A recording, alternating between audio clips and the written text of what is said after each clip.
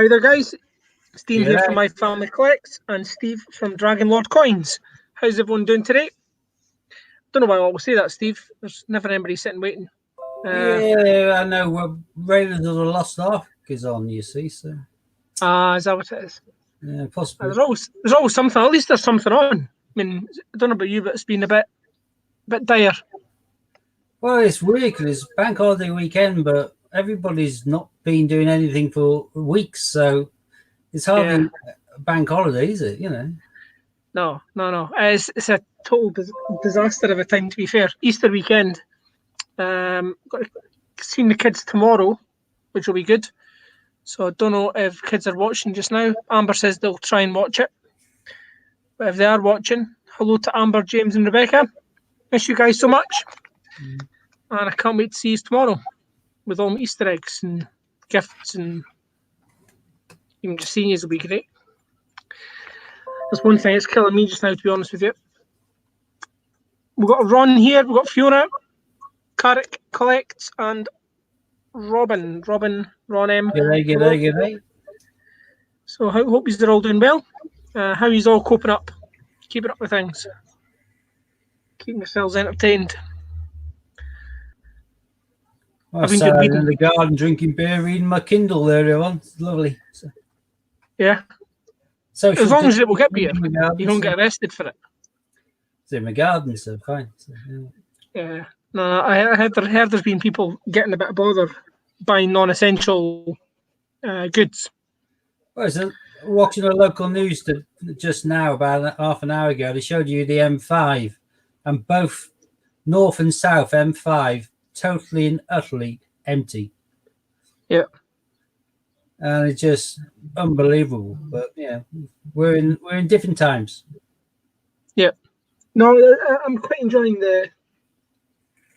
as Amber just messaged me. Amber is watching, so hi Amber, James and Rebecca. So got £500 here. Got £500. I was just saying that to Steve. Got £500 in 50s, and I'm actually tempted to do the whole lot in one go because I've not done coins for weeks now. Well, we'll float your boats. If you find some nice ones in the first bag, you might be all right. But if your first bag's a bit of a kind of burnout, then probably be tempted to go over. Hi, Will. Hi, Charlotte, Judith. Hi there, guys. So what I'm going to do is I'm going to do the usual, flip the camera around. I'm glad you know what you're doing with the cameras. I never do. So I can do that, I think. How do we? Oh no, one of the other way around. So how do I do that? How do I make him call? Never know how to do this. One that the other way.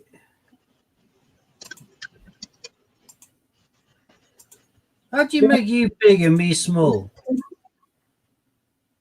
How do I swap over? Because you should be here and I should be there. So. Yeah, I was going to say something, but I just remembered that the lives.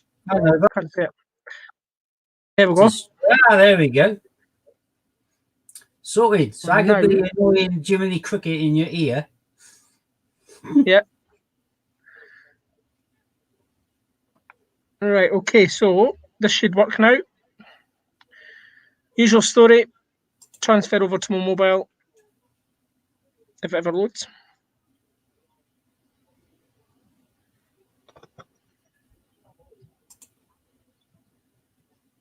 A comment.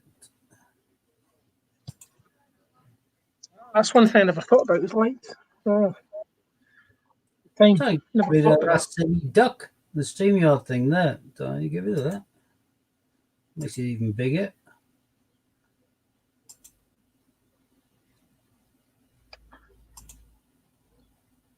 Oh, I don't know how that's going to work.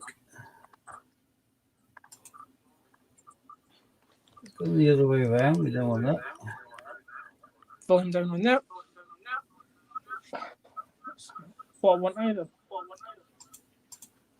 Right. This should be it now. I should hear you now, Steve. Not hear myself. I can hear you, but how do we get rid of Yep. this silly duck at the bottom of the screen? Duck. Oh,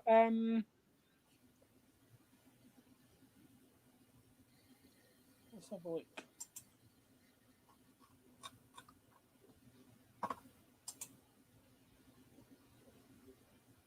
Banner, not private chat.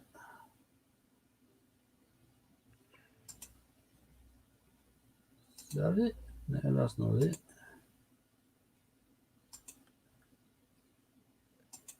So that's what happens when you start puzzling about with things, eh? Yeah, I got no idea how you do that. No.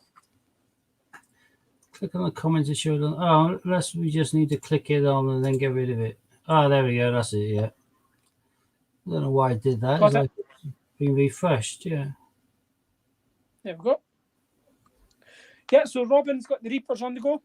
He's planted the seeds, so the Reaper peppers. So I'll be looking forward to that when they're ready. Okay, happy days. So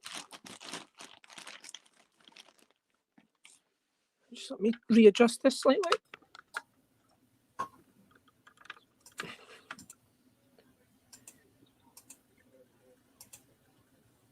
How the hell did we swap that over? Yeah. No.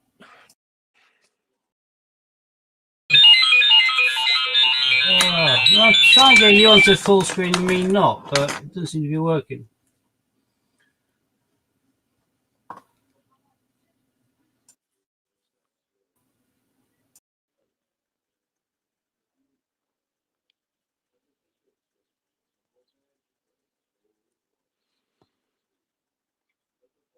You still there, Steve?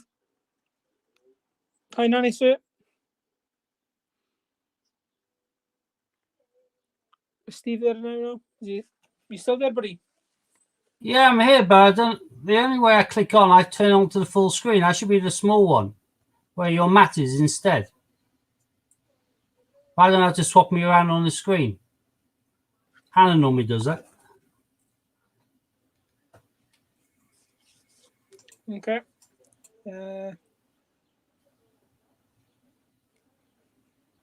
Might even turn lights off for a better effect. Yeah, just tell me when you're.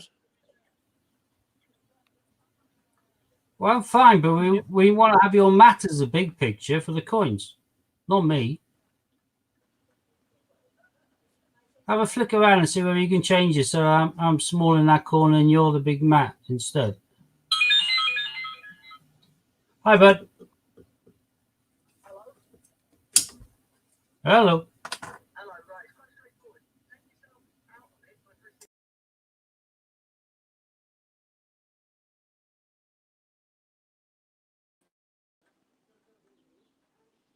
Okay. Steve's working that out just now. Okay, while Steve's working that one out, we've got 2 bags of 50 pences. And what do we reckon we should go for? Do you think we should go for bag number 1 or bag number 2? So bag number 1, bag number 2. Usually have a vote. 18 people watching. First bag to 5. I'll be the bag that will open up first.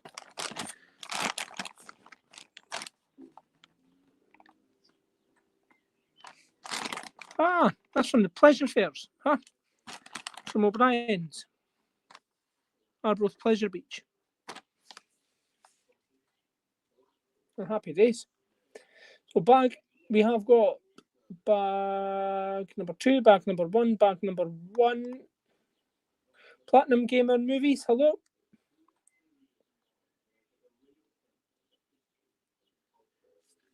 And bag number 1, it's got 2. This one's got 1 vote. This one's got 2 votes.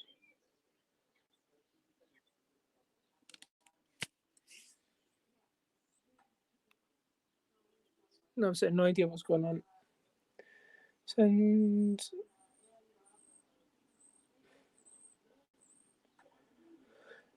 well, what's the weather like? starting to spit of rain a little bit. It's a bit overcast, but yeah. Are you guys able to hear me? Able to see me?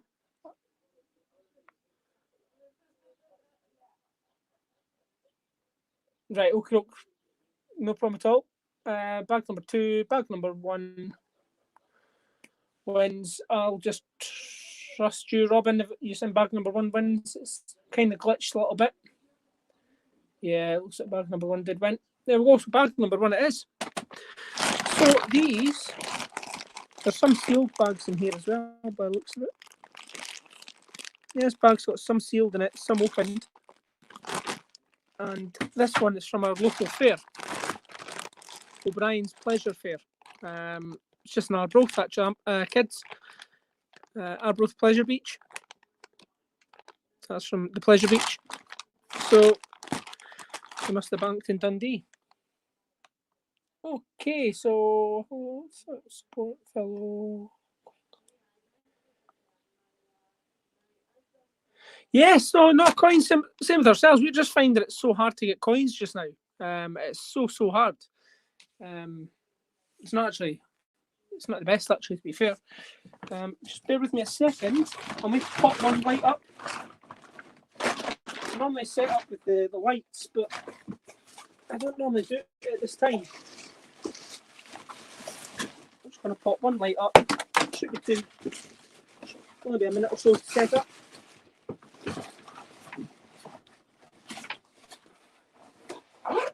Just hope there's no fire in here because I'm barricading myself in. It's not usually the best idea.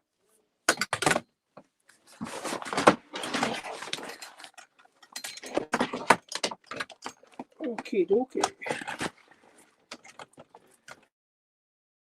I've just got one light ready just in case. Not just in case, it will get dark. I'm talking like it might get dark at one point. But definitely will get dark. It's just when, I don't know. Okay.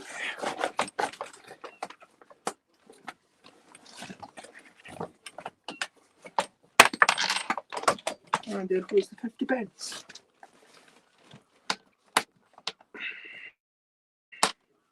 Guys, do apologise.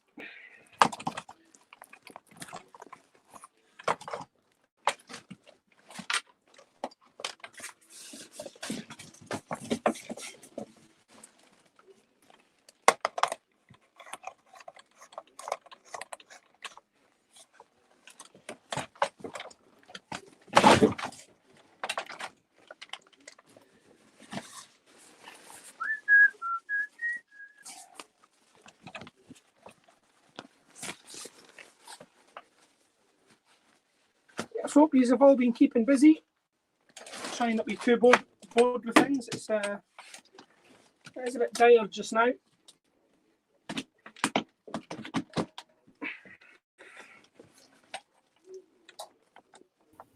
Until you crack into the coins, I might as well join you on screen, bud. Sorry?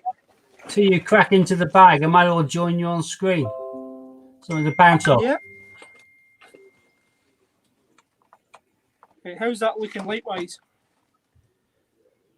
that enough light? Yeah, looks good to me. Bright enough, yeah?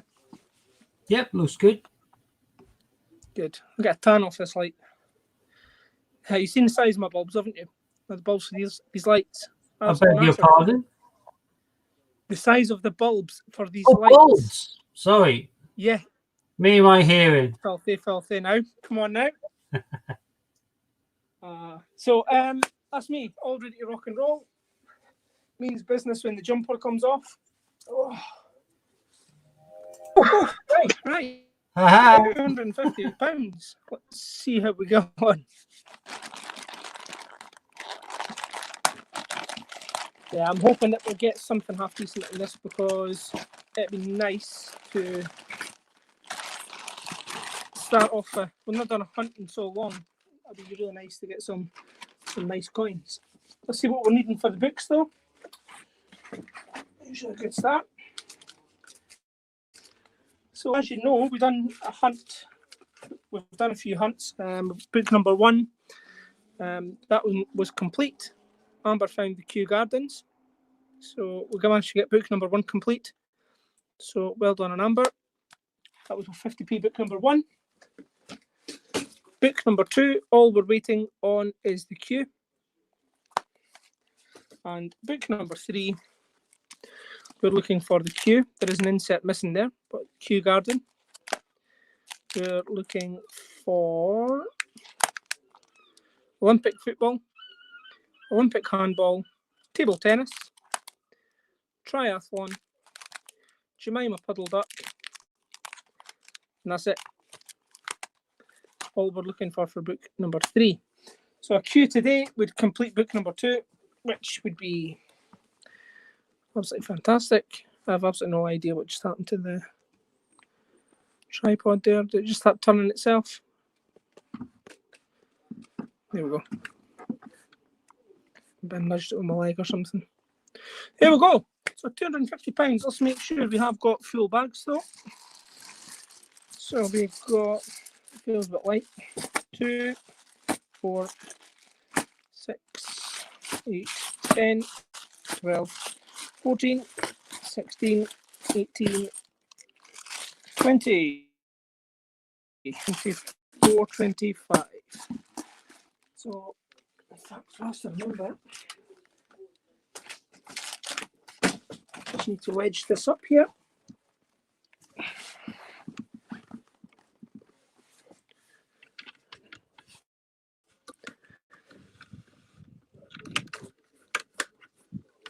Okay, that should be me this time.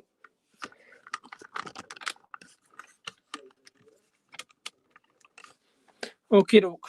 Right. Sorry, guys, if I've missed any comments. Who else have we got in the house? I see a Jim there. Is that a Mr. Bone? Jim Bone, hello. Long time no see. It's been a wee while since I've been on. Bit depressed, but all to be fair. But we'll soon come out the other end of it, I'm sure. I'm sure we'll come out the other end. So £250 and 50 pences. Let the coin hunting begin. Lee, thank you very much. So, Amber, James and Rebecca are watching just now. Hello, guys. Hope you are doing fantastic. And I'm really looking forward to coming and seeing you tomorrow. Let's see if we can find 1 coin for the book at least. 1 coin would be better than no coins. A Kew Garden to complete book number 2 would be fantastic as well. Oh, straight. Wait a second.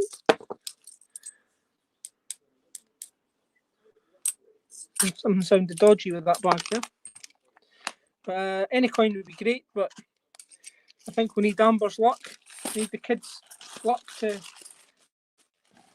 the book.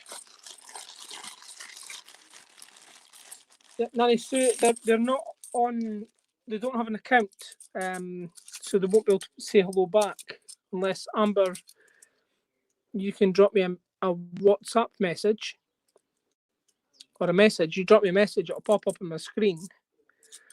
I can communicate that way with you or for you. So a bogey bag to start off with. It's not a great start, but yeah, hopefully you guys are at least keeping on top of the,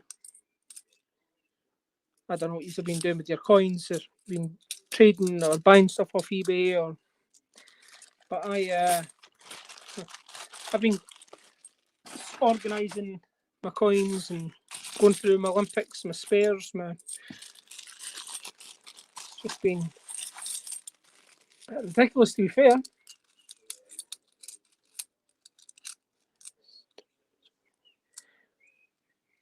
How many random questions do you have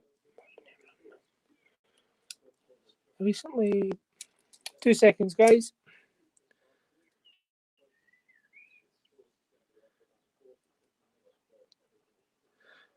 So recently bought 2 Tosha cats. I take it that's Steve.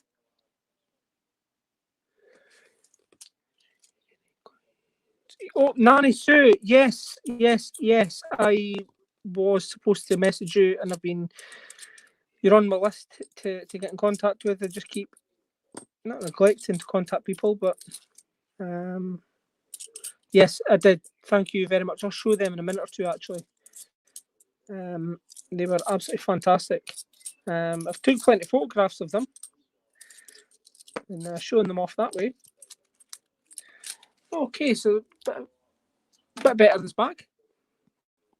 So we have got a Victoria Cross Heroic Acts, year 2006. And as the kids call that, the Wounded Shoulder. A very, very, very good condition.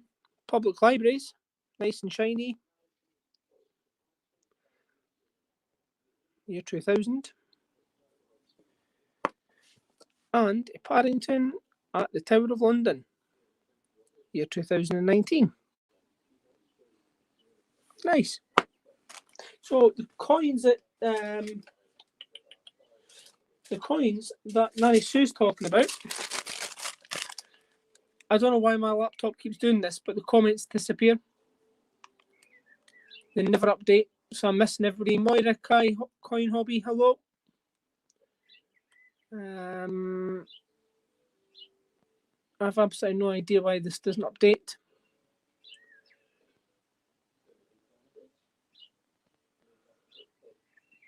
Yeah, the Tosha Cat, I'd love to get that, but finances do not allow it. Okay, so the first coin was this bad boy. These are the Gibraltar Island games. That's the £1. Sorry, you're trying some English. Pounds. There we go. 2019 Gibraltar.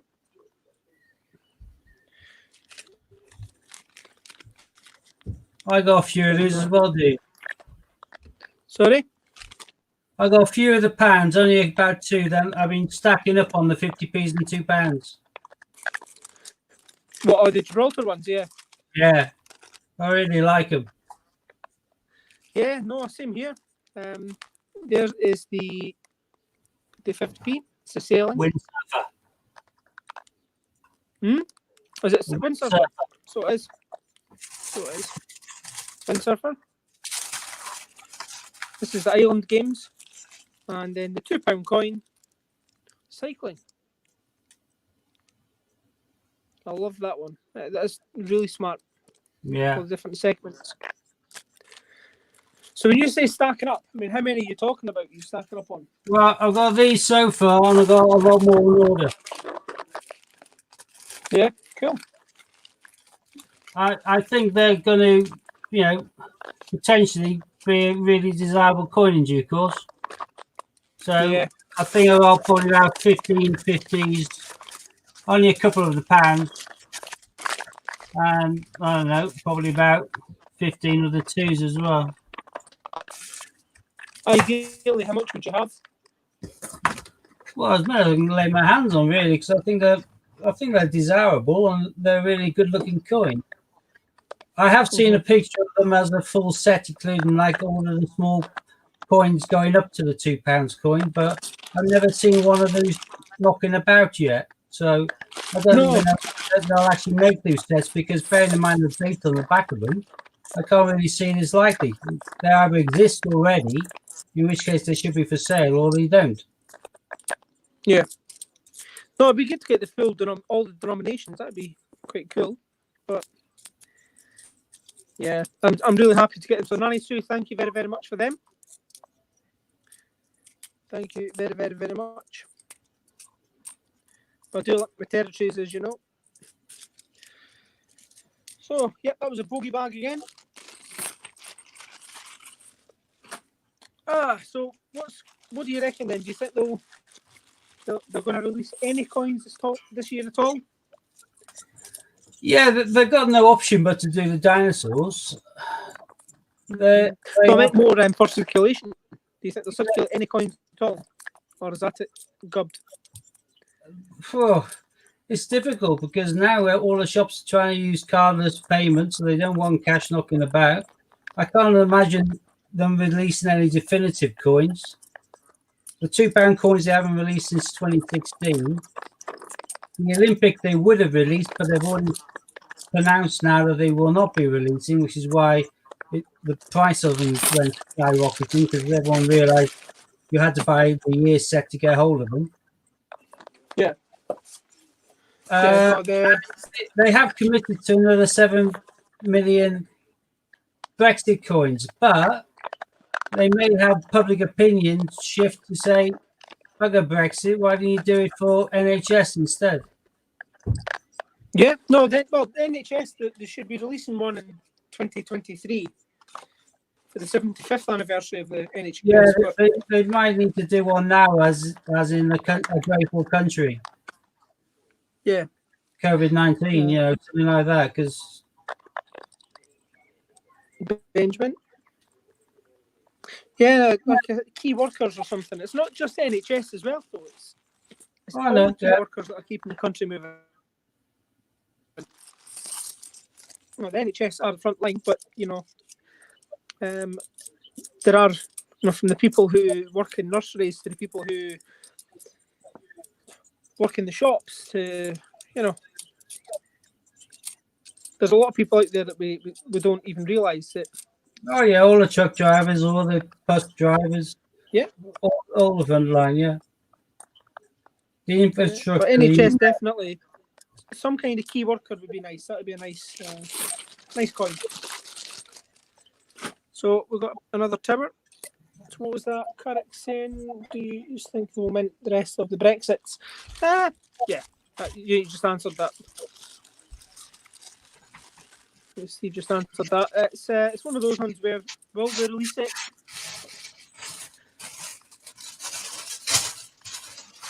Will they release the rest of them? I think the key workers is something. Oh, there's a 2011.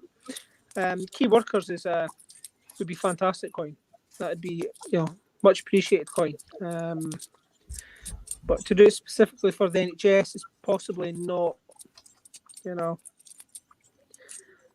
In my opinion, would be possibly a middle finger up to everyone else.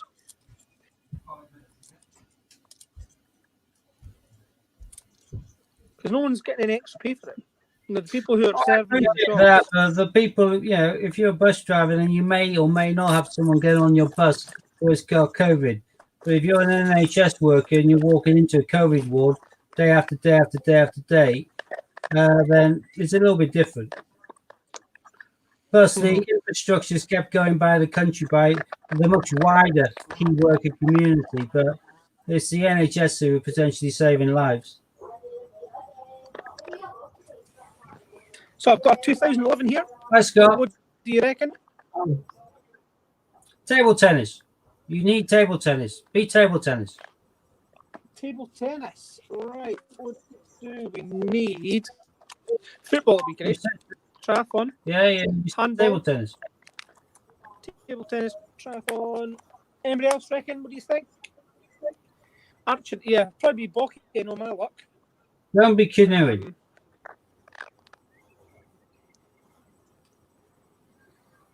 Pentathlon. That'll do, though. I'll take that. Always happy with an Olympic. Always happy with an Olympic. One for the book would be even better, but not going to complain. Mustn't grumble. Dean, can you hear me? Okay, that's cool. On your microphone is very crackly. I think it's because it's your mobile. If you put your other one back into stream and keep the mic on, but then mute the mic on your mobile, it might get better quality. Right. Okay. Bear with me. Well, I could do that for him, can't I? Possibly. I don't think we can mute the mobile because it's a guest. All right. Hi, Laura. Try speaking now, then, Dean. He's not back in yet. Yeah. Yeah, that's good. Did that work? Any better? Hold on. Any better? Hold on. Try again. Any better now? Yeah. Yeah, that's better. It's because it's pretty immobile. It's crackly.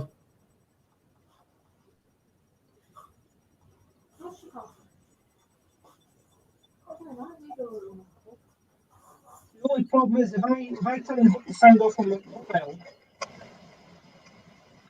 Okay, well, we can put the mobile back on because I think Madeline wants Steve to join you if possible so that she can see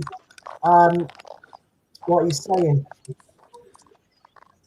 I don't even know how to make myself small screen, Scott. You know that. Right. Just give me a second. I'll have to have a fiddle. If you make me full small screen, I'm quite happy to do it. I just don't know how to do it. Every time I try, I take over the main screen. Yeah, I'm going to try and fiddle. Give me a sec. Okay, I'm going to hide the other screen and unmute your mic. Just give me a second in the background.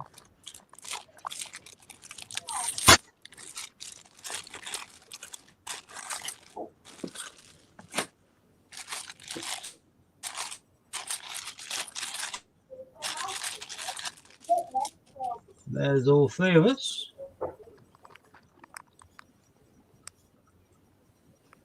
Now it's just you. Yeah, I don't want that. That's what always happens to me.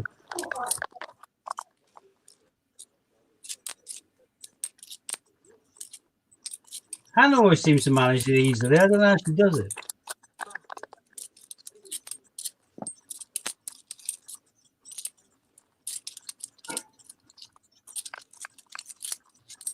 You do know you're muted, don't you, Scott? I didn't. Right, basically what it is we're the hosts. So Dean's computer and you and me are in StreamYard, as in hosting. Yeah. And the mobile phone is a guest. Because we put a link up to get the guest in.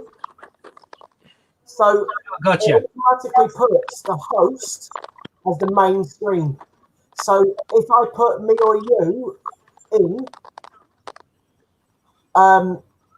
it automatically puts Dean in the background at a smaller screen because he's not the host, if that makes sense.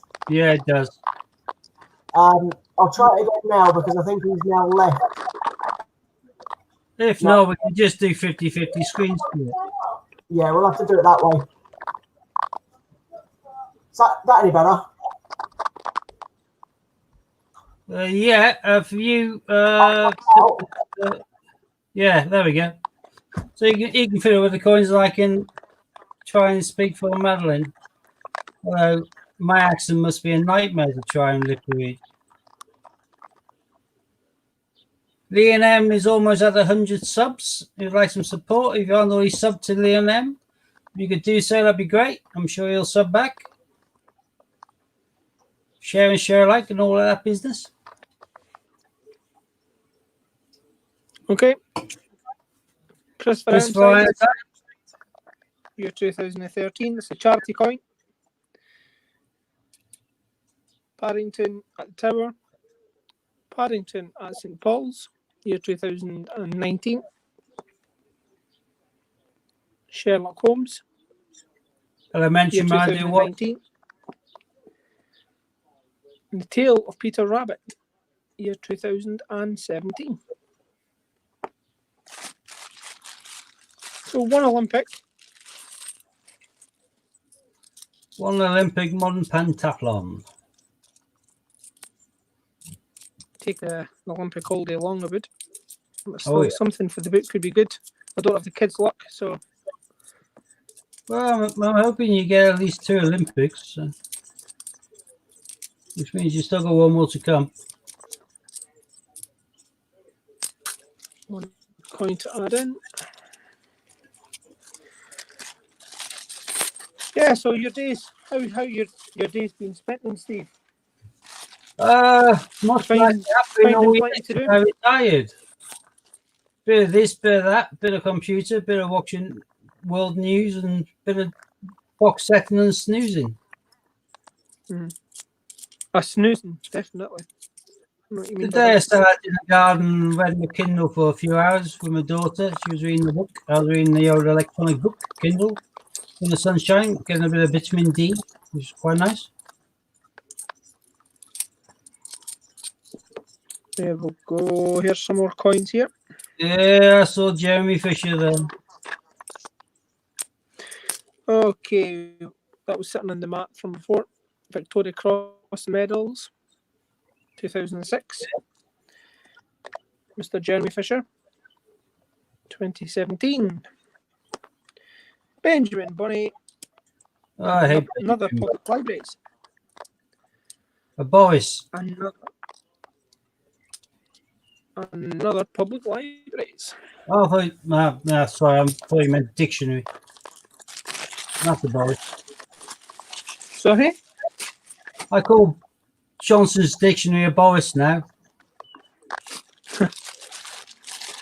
Is that old age kicking in? No. Or is it just intentional? No, just Boris Johnson. So Johnson's dictionary of Boris. So I flip Boris, honestly. Good news, he's out of intensive care. Yeah, that's brilliant news. Give it 4 or 5 days, he'll be back in front of the camera leading, I would have thought. You looking forward to it?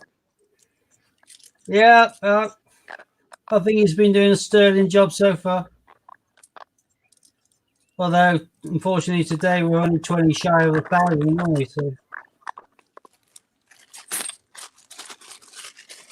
Okay, so another Christopher Ironside, another Sherlock, and another Benjamin Bunny.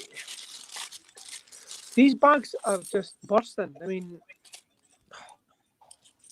thin and cheap. They're actually really, really good.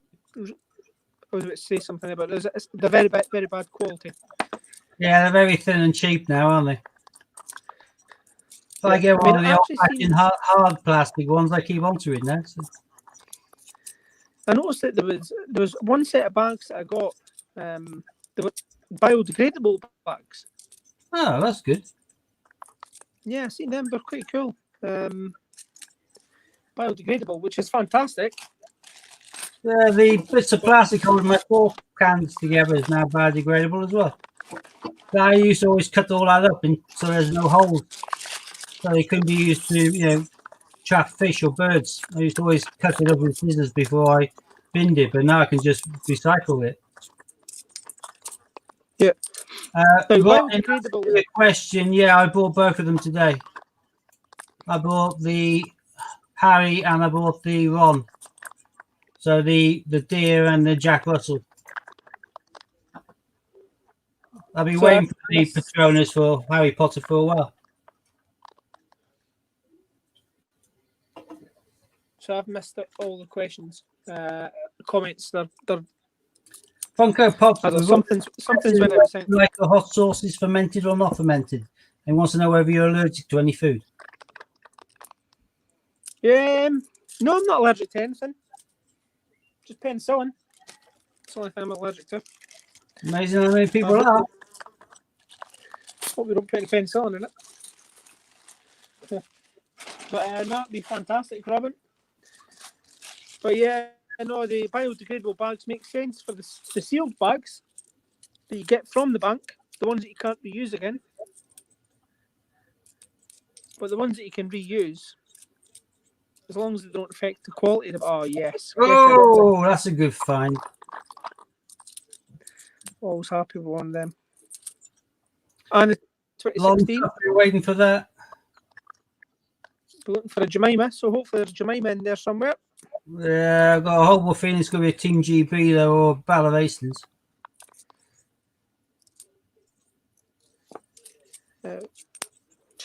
Wouldn't be a Battle of Hastings though, because the date's on the obverse on that coin. So. Oh yeah, of course it is. But there's a Sherlock. Scouts. Year 2007. Be prepared. Nice condition. And a beautiful subject. love finding myself in the suffragettes. Year 2003. You can go up there in the keeper's pile. But we need a duck for the book. Can it be a mighty duck? Peter Rabbit. Got plenty of them as spares, so you can go back in. So, I mean, look. Just burst. It's not even... Yeah, no, they're pathetic. So whoever bagged these coins up is either having a bad day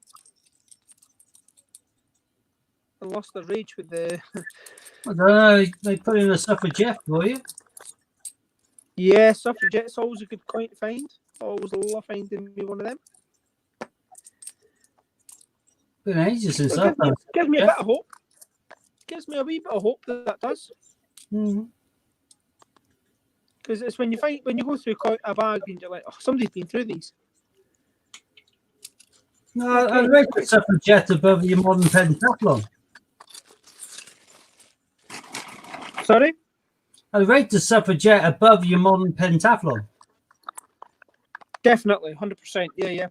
There it is there, suffragettes. Bit dirty looking, that'll could do with a little bit of a clean up, but yeah. Give that a wee clean up when I'm off. Give me something to do. So my comments are not loading at all. It'll take a while to go along.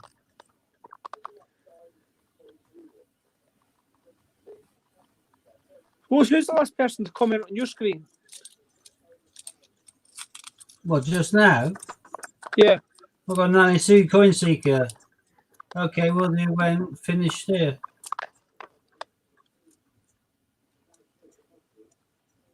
No, so none of that's the last thing that I've got on my screen on my laptop is Shiny Sherlock from Moira. In regards to that, Carrick, yeah, that's no problem.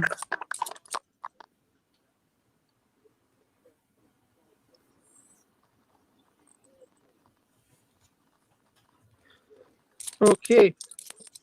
I was going to ask if anybody had any of the 2018 snowmen. Yeah, I've got some. Says I know that I'm actually needing two. So I'll maybe speak to you off camera. I'm needing two of them anyway. There's 5. I'm just bagging up as I go along. Save me up to do it because the machine that I normally put them into is for essential banking only. And this can't be classed as essential banking.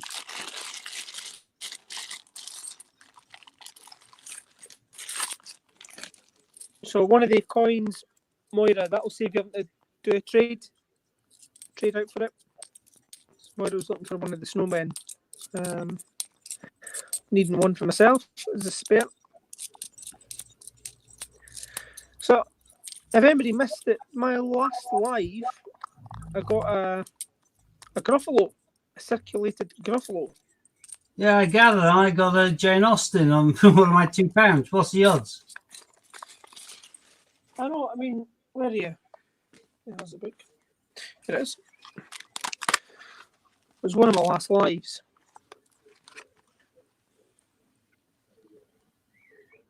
Great to find. Was it a sealed bag as well? Yeah, so is my Jane Austen. So, I don't know. I mean, did they release any of them? I mean, they were meant to be an NIS. No, they released some of the Jane Austens, but not many. Not so the account has been released. So someone's popped it in someplace and it's went to the cash centre and they've still take it all day long. Well, coin's a coin. It jiggles around in the machine, gets bagged, weighed and sealed and into the next bag of lorry deliveries going out. So, hi, Lee. I'm fine.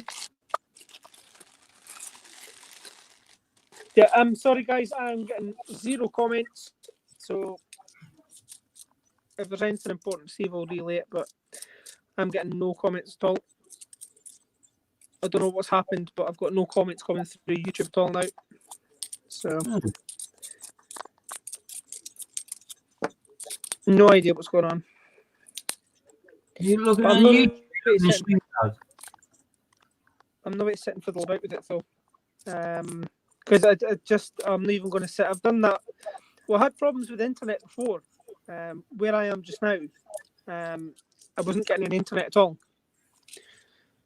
Or I was getting it and it was just a joke. I actually stopped one of my live hunts because the signal was just so awful.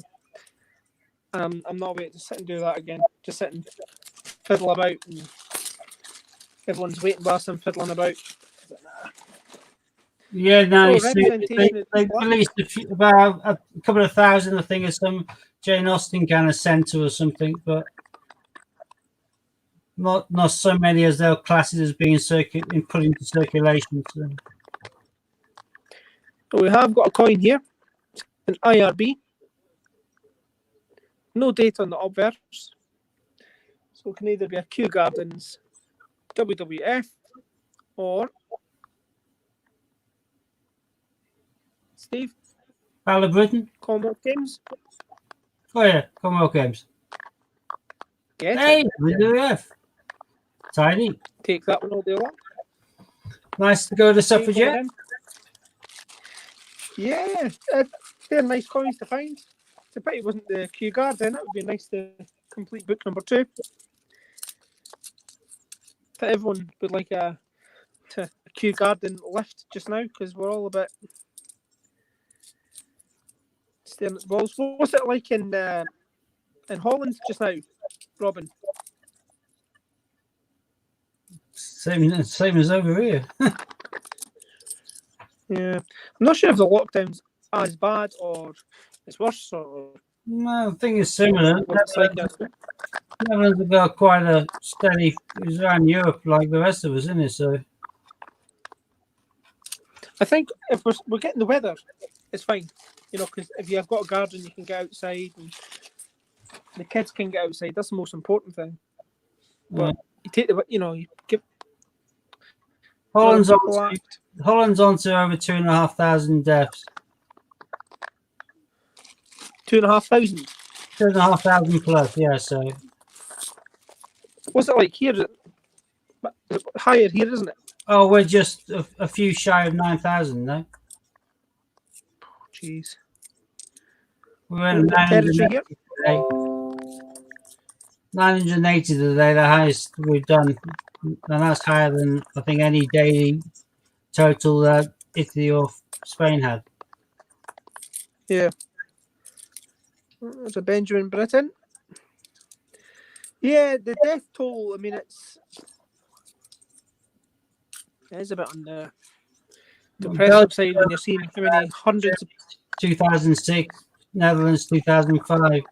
It's just that USA and Italy are the highest on 18,000 each, but it's only a matter of, well, probably the day or two before USA overtakes Italy. Yeah. To be honest with you, all it takes is for the virus to mutate one more time and we'll be talking higher numbers than this, a lot higher numbers. Well, it's still going to carry on many months to come anyway, so... 2013, that's one of our charity coins. So it was the 2017 Shield, Christopher Ironside and the Benjamin Britten. They all go in the charity, the Diabetes UK charity. Got a territory here. Because it is the words the second, Queen Elizabeth II rather than... And it's a Balwick of Jersey. Wellesley Castle. 2012. Yeah. Balwick of Jersey. I've got that one, though. I've got that date. I'm trying to do a date run on them ones, but they're hard to find. You're getting a fair few Sherlocks today. Sorry? You're getting a fair few Sherlocks today. Yeah. we go through spells with the Sherlocks. You know, you'll get tons of them, and then you won't get much of them. No, nothing much here. Got 2 bags left. 10. Yeah, one more. So I'm just bagging up as I go along to save me able to do it later on. I'll just have to find someplace to dump these off. So another Sherlock. But it's been a good hunt so far. Suffragettes, WWF, Pentathlon. 3 coins for charity. Territory. Come on, let's get football in this one.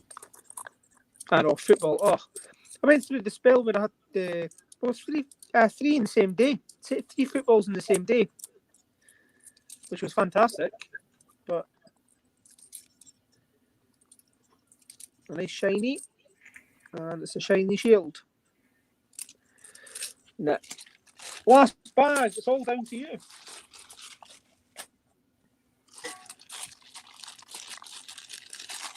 So I do apologise, guys, if you're asking me any questions. I can't see any of the comments. So No, on the jersey ones, she has some. Let me check what she has. The Grozny Castle. What was it, sorry? Nanny Sue saying, what ones do you need on the dates for the Grozny Castle, the jersey ones? And she has them. Yeah, let you know what date she has.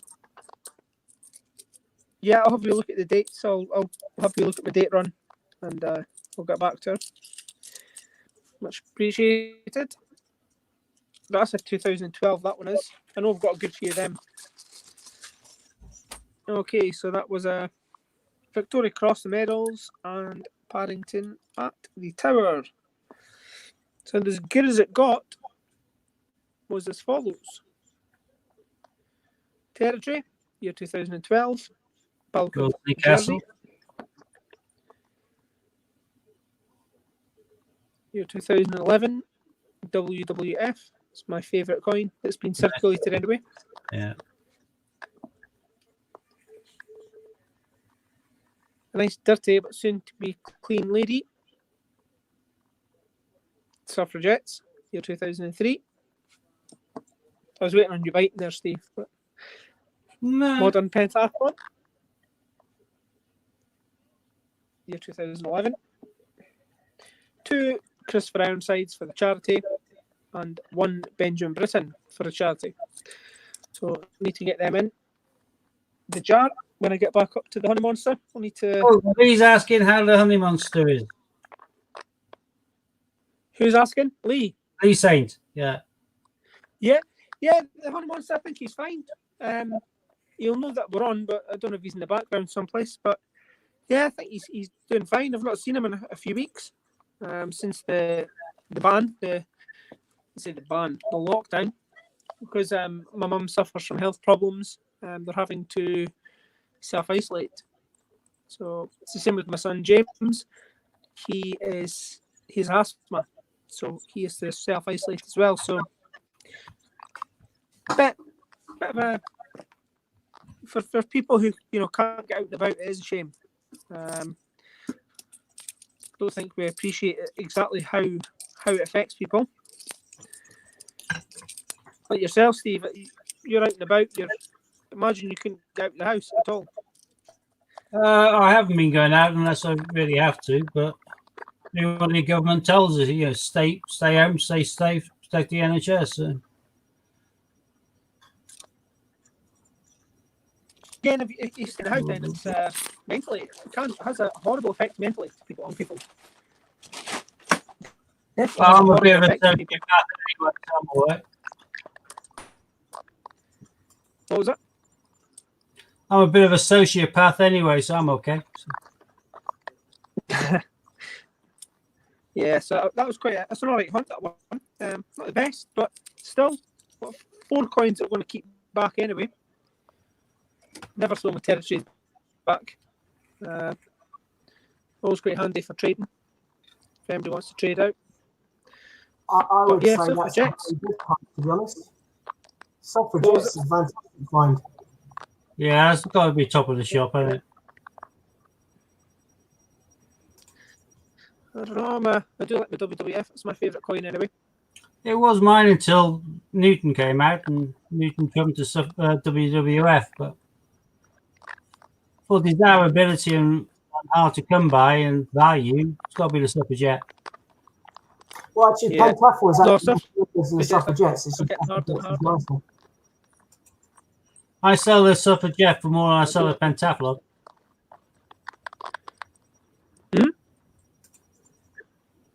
I sell a suffragette for more than I sell a pentathlon. Yeah. I think just the Olympics are, people want to get a full set of them, and regardless of what it is, you keep your. But no, suffragettes is probably the most expensive one there, followed by WWF, pentathlon. Is that about right? Is that about right? You say the suffragettes first, then WWF, pentathlon, then the tertiary.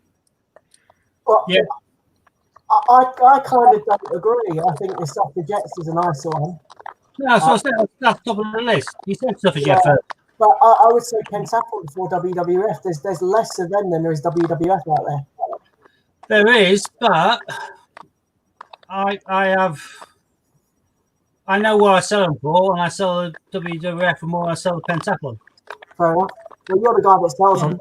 I sell more pentathlons than I do WWF, so it's horses for courses. It balances out. There's not much between them. It's just the mintages that I look at, not the actual.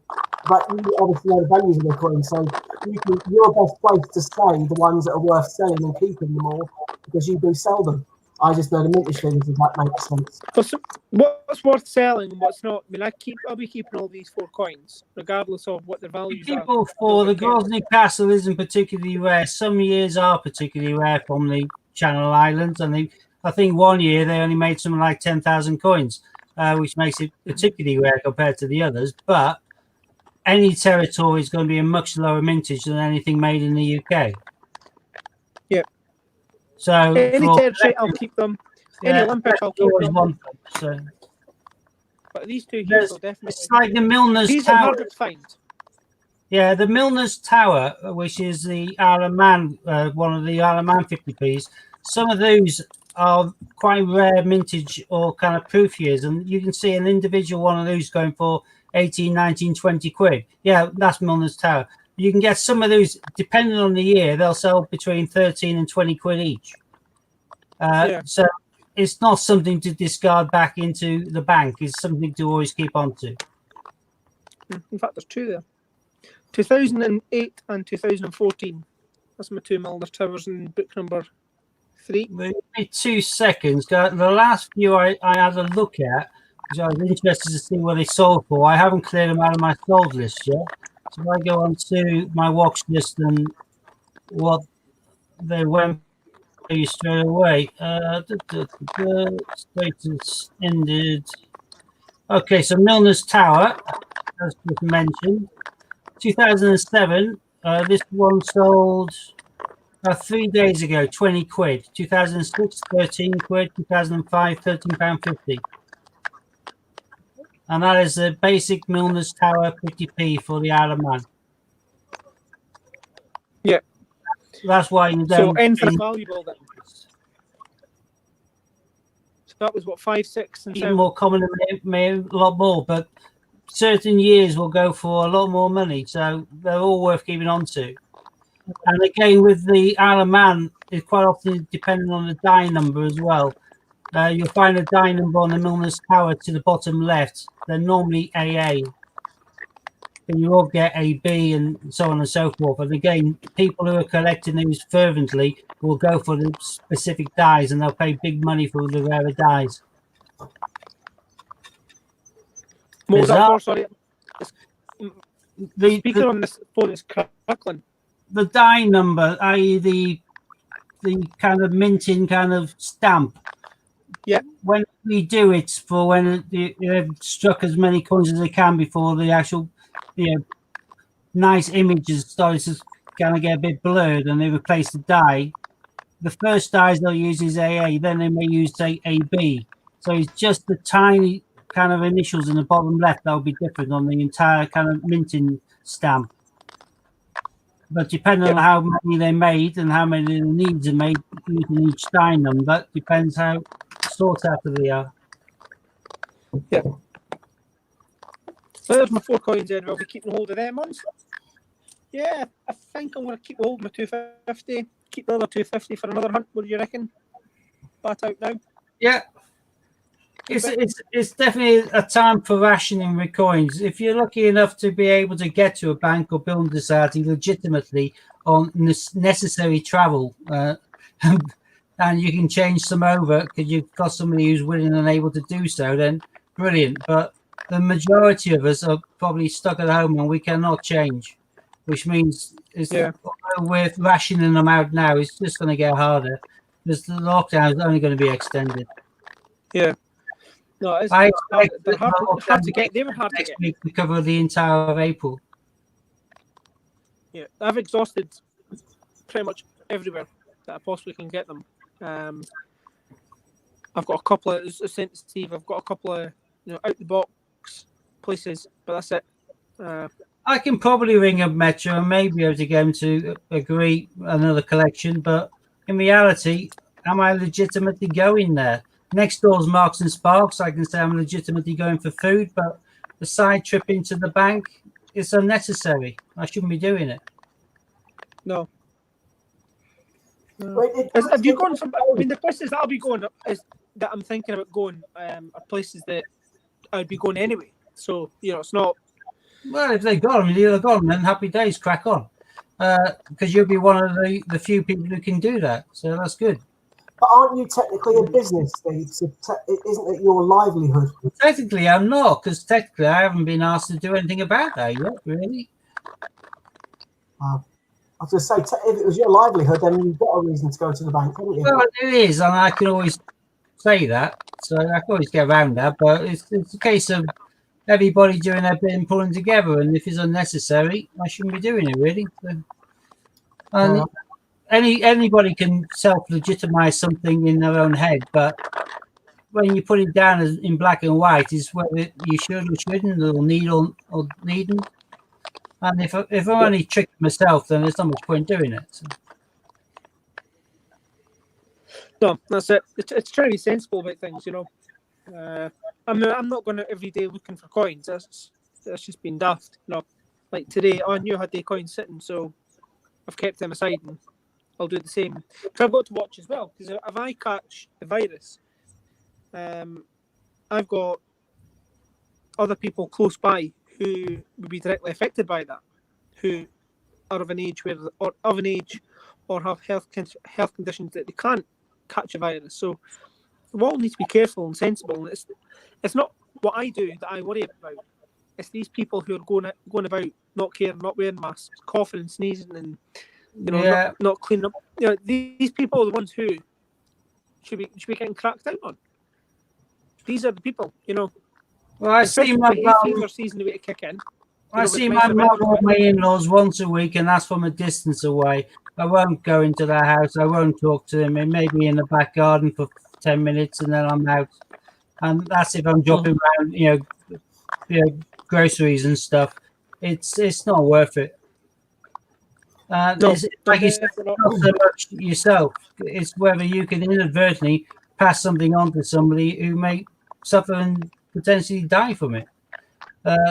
You never give yourself, so just can't do it. I mean, we had that. I've not seen the kids. I've not seen the kids in a wee bit, and it's killing me. Not seeing the kids, but my son's asthma. If I for simple thing snipping through for the sake of it, and giving them, I would never be able to live with myself. So, I'm going through tomorrow, and I need to see them.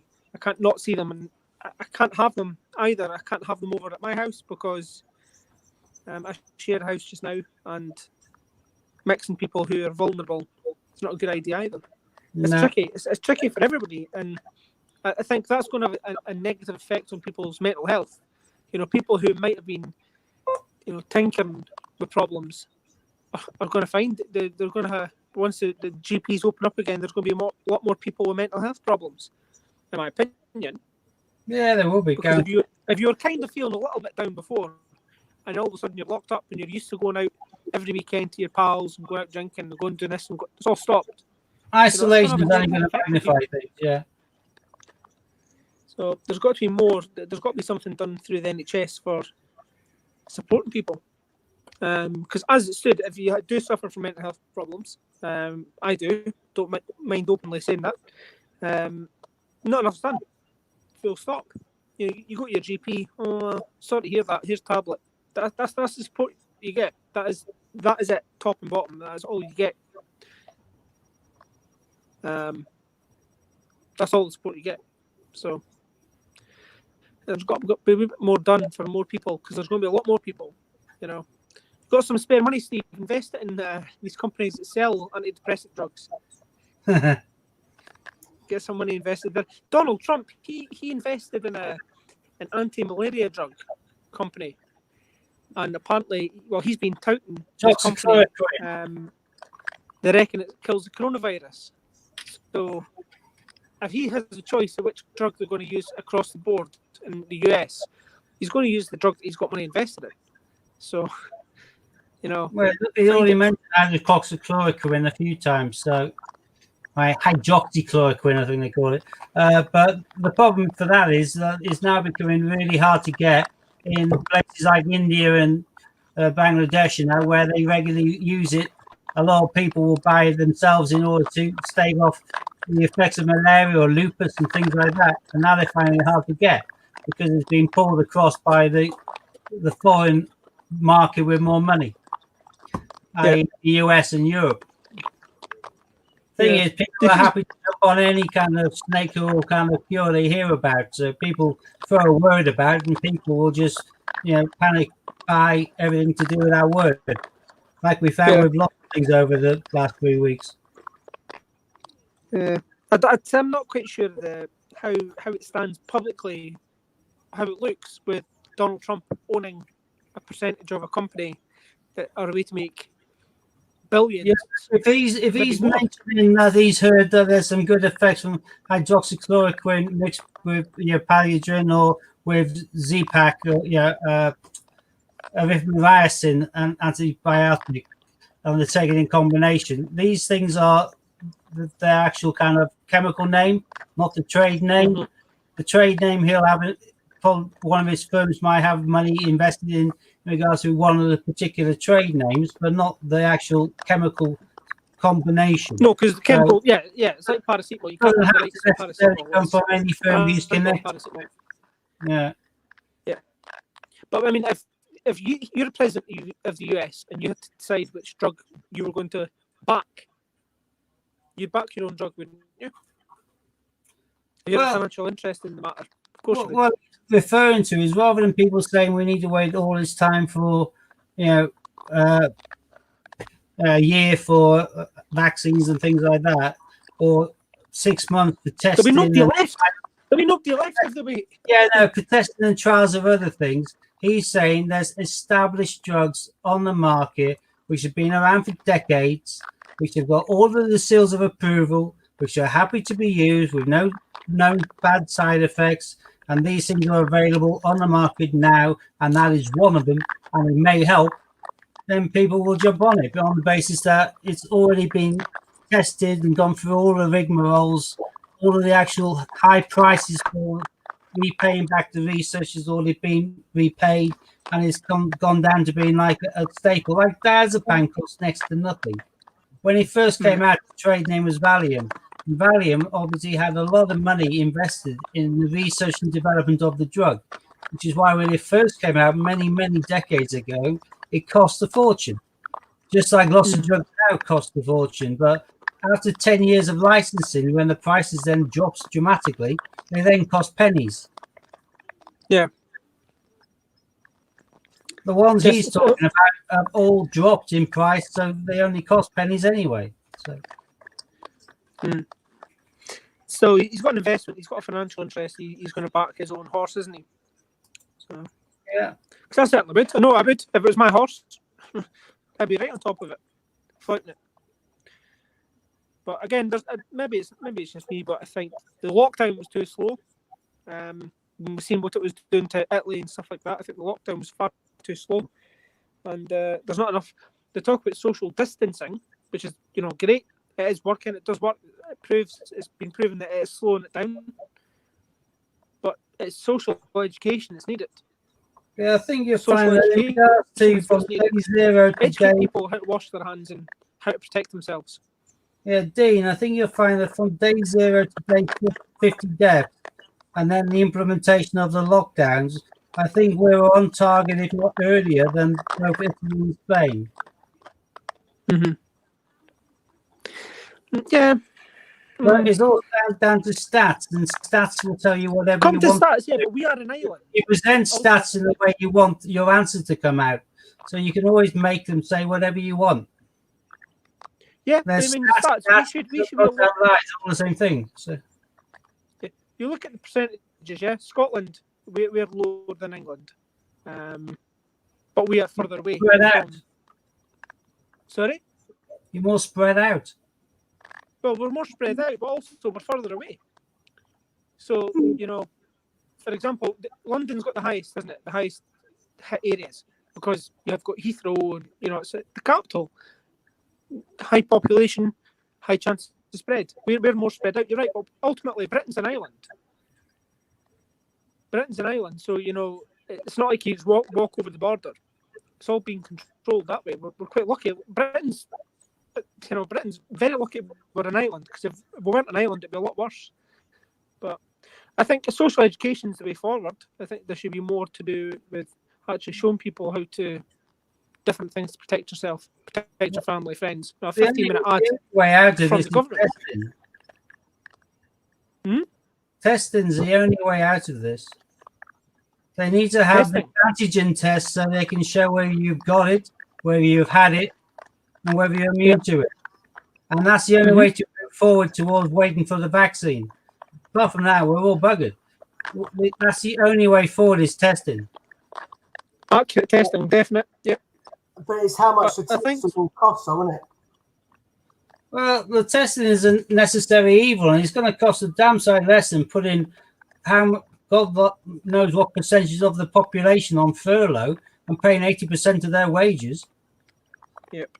True. That's going to have an absolutely... The cost. They'll be finished at the end of this. Well, we've already dropped 14% GDP in the last blooming two or 3 weeks. The costs will take decades to recoup. And although the government's spending all its money on keeping the country going and supporting the economy and trying to prevent people being made unemployed by their shops, etc., the shops will still close down. You'll still have a massive depression. And whatever the country is spending now, the country owes. They haven't created all this money from nowhere, which means it's in the never. The austerity measures of the Tory governments, which hit really hard the NHS and the police and everything else like that, that's going to be like a drop in the ocean compared to what we're going to have to do. But the only kind of silver lining is every other country is going to be in the same boat as we are. Mm-hmm. And some countries will be a lot worse off. But as I said, it's the other people that I worry about personally. I could be safe. I could clean every 2 seconds in this house. I can live in a wee bubble, protect myself, and I can say, do you know what? I need to nip out for a pint of milk, and somebody could sneeze in my face, and that's it. Done. I could be safe for the whole week and go out for 10 minutes and catch it because the hay fever season's kicking in. Somebody sneezes straight in my face, and they've got it. I've got it. Done. But I would know if I've got it or not. Comes into what you're saying about the testing. How much was there something like £36 million was spent on letters coming out to every single person in Britain? Did anyone get their letters this week? I've had 2 letters. Yeah. You've had some less than you've got. Yeah, I mean, unless you have just woke out of a coma or something like that, or you literally live in the middle of nowhere with no electricity, no TV, no news, nothing. You don't see anybody. Everybody knows about it. Everyone understands that they need to isolate, what was the need of spending all that money on a letter? That money could be reinvested someplace else. Anyway, we're going into politics now. Politics is a dangerous subject to go into. But yeah, no, I think the money was wasted on letters anyway, in my opinion. When you get your letter, did anybody go through it properly, read it all the way through? Are you going to reuse it again in the future? Did you learn anything from the letter? Did the letter tell you anything you didn't already know? Or was that just a box ticking exercise? Probably a bit of both, though, isn't it? They want to try and involve people. That's the thing, and they're trying to keep us all updated and keep us all involved. And I don't think to be honest, I don't think he's done a bad job. I really don't. I know people are going to hate me for saying it, but I don't think Boris Johnson's done that bad a job for the situation he's been in. I agree. He's been landed in a bag of poo, basically, and the poor bloke's done as best he can do. He's even proved the fact he's now gone and got it himself, the poor guy. He's now been in intensive care for, 3 days and got out. So he knows exactly what it's like. If anything, he's going to now stand up and fight for the UK even more so, because of the fact that he's had it and he's experienced it. So I just think that, people are being quite hard on Mr. Johnson or Boris Johnson for the wrong reasons. He's head of the state, yeah. He's the leader of the country, like Prime Minister. And ultimately the buck stops with him. But yeah, but you've got Jimmy Crumpler, haven't you? Could have been directing him in other directions. I said this letter, and I think I can't swear because the kids are not watching, but ridiculous. I could think of I could give you another 100 words that I could use instead of ridiculous. But the letter, I mean, can anyone defend the letters? Can anyone say, am I maybe seeing it wrong? But the letter, people will be criticising him for not doing it.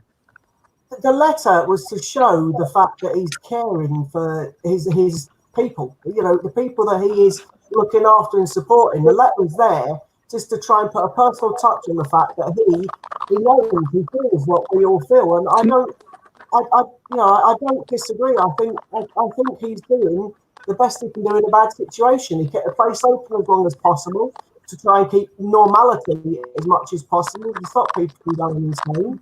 Unfortunately, he's had to do the lockdown. He's even made that a bit more lenient in other countries by letting us go out and run and exercise, etc. So I honestly think he's trying his best in a shit situation, pardon my language. I've got a lot of respect for him. I mean, to be honest with you, when he first came into power, I thought the guy was a plonker. And now I think he's one of the best guys ever. I think he's trying his hardest. And at the end of the day, I was gutted when Theresa May left because I like that woman. I thought she did great for Brexit. That's just my opinion. And again, she was kind of thrown in at the deep end. He took over, got her deal through the line, which is why I was like a bit of an R-in. But now he's done the best he can do. And I've got a lot of respect for the guy, to be totally honest with you. And I hope he makes a speedy recovery, etc. No, I agree with that. But the letter, I just think the money was. Can anyone Google how much? If he didn't send the letter, he would have been ripped to shreds by parts of the public for not sending a letter. It's a double-edged sword. He had to do it. Plus, this way, he could say that every household received one. Every household got told how to keep their hands clean, how to social distance, how to do everything else. Okay.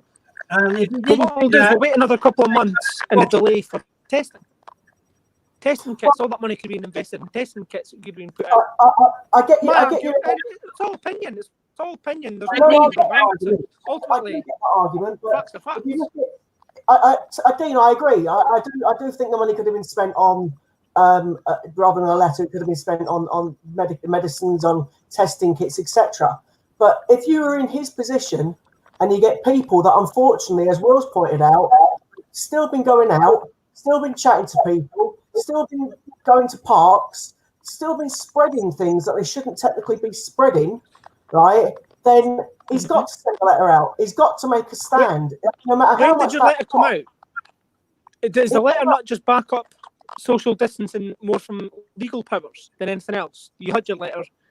Yeah, Dean, you got to bear in mind you'll have loads of pillocks saying, I don't watch TV, I don't watch the ministerial briefs, I don't know anything about that. Yep. What's your name and address? That's fine. Note your name down. Happens again. What you going well, to no, to every household. There you go, done. And yep. No, but the thing is, it's my opinion. The letter's been out. It's done, but I can't change that. And what I'm saying, I can't undo history. I can't. I've got a time machine. We need the infrastructure for the testing kits, and we need the testing kits themselves. The testing kits are going to need special chemicals. The special chemicals are sought after by every country in the world. So sourcing them is hard. We're doing the damned best. Until we can actually have the kits, we can't actually use the kits. Plus, we need to make sure we have a kit that's accurate. All I'm saying is, forget about the kits. Instead, you've got a letter. I understand the point in the letter. I do understand the point in the letter, but I'm just saying the money that was spent on the letters. I don't know how much it cost for the letter, but I'm sure it's something like 36 million or something it was. It's just a lot of money. A lot of money that we're just after saying that we're going to go into the big depression afterwards, and we're already in the never. At what point does this? At what point do I don't even know where we're going to go and how we're going to get there. It will end, but it'll never be the same again. Whatever people think it'll go back to normal, nah, it'll never be normal. It'll never be the same again. Oh no, there'll never be. We'll never be in a world which is post this. This is a defining moment in the globe, not just British society. This is a defining moment in the globe, and this will take a good year or so to play out until we have the vaccines. Until then, this will be bubbling around all over the planet. Yep. Then you guys play 5 sides, yeah? Hell no. Or played 5 sides, or play football, or whatever. Anyway, you're playing 5 sides, and you've got a bottle of water there. You have a drink of it. And, I'm thirsty. Can you drink your water? Yeah, there. Fine. That'll never happen again. Nobody will share pints or have a wee taste of this, or there's. I don't know what if you when you go out, people like squeeze past you as if you've got the plague. They're squeezing past you with their mask on, their gloves on, in the local corner shop trying to get a pint of milk, and you think, okay, fair enough. But that all has an effect. That'll carry on. People will be like that. Well, I don't know. Someone. I will still not be demanding people do a test before I snog them. I'll be quite happy on day one after a meal. I'm not going to be that bothered about whether she's got a certificate to say she's COVID immune or not. If I've had dinner, Steve, just get this right then, Steve. Right, you go on a night out, right, and you got in one pocket, right, you've got your was it prophylactic, yeah, or a face mask. Yeah, I'll go for the first one. Yeah, right, and in the other pocket you've got your testing kit. Not testing for anything nasty, just corona. Is that your testing kit? Is that your essentials for going on a night out? And a pack of chewing gum. Just I wouldn't need a testing kit. So. It's funny. But no, it's a lot. It's all about opinion. I mean, I don't know what the comments are saying, but people are probably saying stop arguing. But we're not arguing. It's a debate. It's just an open conversation. And unfortunately, everyone's got an opinion. My opinion is the letters. There's a lot of money for a letter. My opinion, the money could have been spent I get that, into mate. testing kits or something. That's my opinion, but I can't undo time. I don't have that time machine. Mine's broke. So I'm sure our country has lots of all the chemicals necessary. We're just waiting on the availability or the producing of them ourselves. Until then, we can't do out. And even then, we need to make sure the test is accurate. Because the bad test That's is the worse. thing is accuracy. The test all takes time, doesn't it? To double verify, double check, triple check. So it's all going to take time, and people are saying, it's going to be another week or so. We'll be out isolation. Nah, forget. No, I don't think you reckon the rest of October, rest of April. So. April and May. I don't think our kids will go back to school until September. Yeah, I don't either. I think it's going to be a long period, unfortunately. Just to make sure that everyone is safe. I think it's going to be at least May, June, July time, and then schools probably September. But at the end of the day, as long as we're safe and the government are trying to support us the best they can, again, you can't knock what the government are doing. To me, in my opinion, I think they're doing the best of best of what they can do. They're doing the best they possibly can, considering what the situation they've been put in. There's no plans that could have been put in place. No one. But we're not the only country that's been affected. The world's been affected by this. The whole world is, yeah. Absolutely, and the whole world's been affected our by government. This. Things will never go back to the way they were. No, of course they won't. No, absolutely, but our government are trying their best to try and support us and get us through it. And and at the end of the day, hats off to them. And I totally respect that. Absolutely, and hopefully there will be a cure. And COVID-19 is going across the world in different waves. So it's peaking and troughing in different countries at different times. This is going to just keep on doing like a big Mexican wave around the world for month after month after month. And countries that break down their lockdowns too soon will go back up. The virus needs to mutate one more time. And we're dealing with something totally different. Yeah, we're dealing with something totally different if it mutates. It went from animals to humans, and someone told me the other day, I heard that it's meant to be mutating into going into animals. That's where it came from. Of course, it can mutate into it came from bats. No, Dean, it came from bats and China, admittedly, but it's been given to big cats by a park keeper in a zoo in the middle of the inland country. So that has gone from human to animal. Yeah. But the thing is with it, if it mutates, it's probably only mutated something better. Right now, it can't mutate into anything bloody worse. This is like infecting your cells and making them go pop. You're wrong there, definitely, Steve. If the virus can mutate into another strain, which is something totally different. It's a different strain. SARS was... Yeah, what I mean is the one we have now is one of the worst there is already. It can put if it mutates again. It can get worse. That's all I'm saying.